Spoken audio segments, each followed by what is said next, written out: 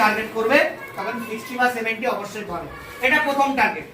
কিন্তু তোমার টার্গেটই পরীক্ষা 100, তুমি টার্গেট করে আছো আমি 50 পেলেই আমার হয়ে যাবে, তুমি 50 পাবে? জীবনে পাবে না, 20 পাবে। সহজ না কথা, তোমরা যতটা মনে করো তত।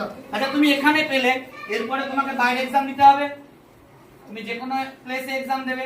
তুমি আলামিন মিশনে পরীক্ষা দিতে গেলে কি করবে?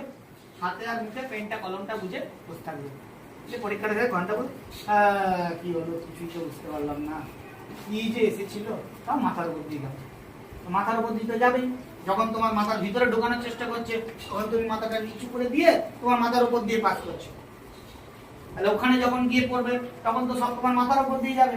কারণ যখন তোমার অ্যাকচুয়াল ক্লাসটা হয়েছিল তখন তো তুমি মন দাওনি, দিয়েছি না, মন দাওনি, তখন তুমি বলতে হয় স্যার এই ক্লাসটা কোনো রকম একটু অ্যাভয়েড করে চলে যাই, তারপর খেলা করবো, তারপর খাবো দাও, ঘুমিয়ে পড়বো, ব্যাস।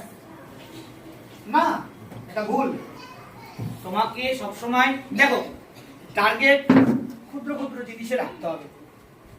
দেখো বিন্দু, একটা তোমরা কথাটা শুনেছো, বিন্দু বিন্দু কিন্তু জলকণা নিয়েই কিন্তু সিন্ধু তৈরি হয়। সিন্ধু মিন্স সমুদ্র, সিন্ধু মিন্স সমুদ্র। তোমরা ছোট ছোট লক্ষ্যকে অর্জন করতে থাকলে তোমরা টার্গেট রাখো, আজকে এটা, কাল এটা, পরশু এটা, তারপর দিন এটা, ছোট ছোট বিন্দুকে টার্গেট করতে থাকলেই কিন্তু তবে একদিন তুমি ফাইনালকে হিট করবে। আর তুমি যদি ছোট ছোট পয়েন্টগুলো অ্যাচিভ করতে না পারো তুমি ফাইনালে কি করে যাবে? নিজেদেরকে প্রিপারেশন গুলো সেরকম করে নিতে হবে, বিন্দু বিন্দু টার্গেট রাখতে হবে। আমি আজকে কম্পিউটারে এটা পারিনি, ঠিক আছে, আমি নেক্সট 7 দিন পরে না, তোমরা ভাবো 7 দিন পরে আবার ক্লাস, আমি 7 দিন পরে ভাববো প্রতি শুক্রবার, তাহলে কি করে হবে? স্যারের ক্লাসে এসে স্যার এবার পড়া নেবে, ইনজেক্ট কম্পিউটার, তারপরে হচ্ছে কি রিমোট মাউস, এরকম করতে হবে। আরে সেটা তুমি তারপরের দিন থেকেই পড়ো না, যেদিন তোমার ক্লাসটা এন্ড হচ্ছে তারপরের দিন থেকে পড়ো। দেখো একটা জিনিস তোমাদেরকে বলি, যে কোনো জিনিসের আনন্দ আমাদের পরে হয় না সঙ্গে সঙ্গে হয়?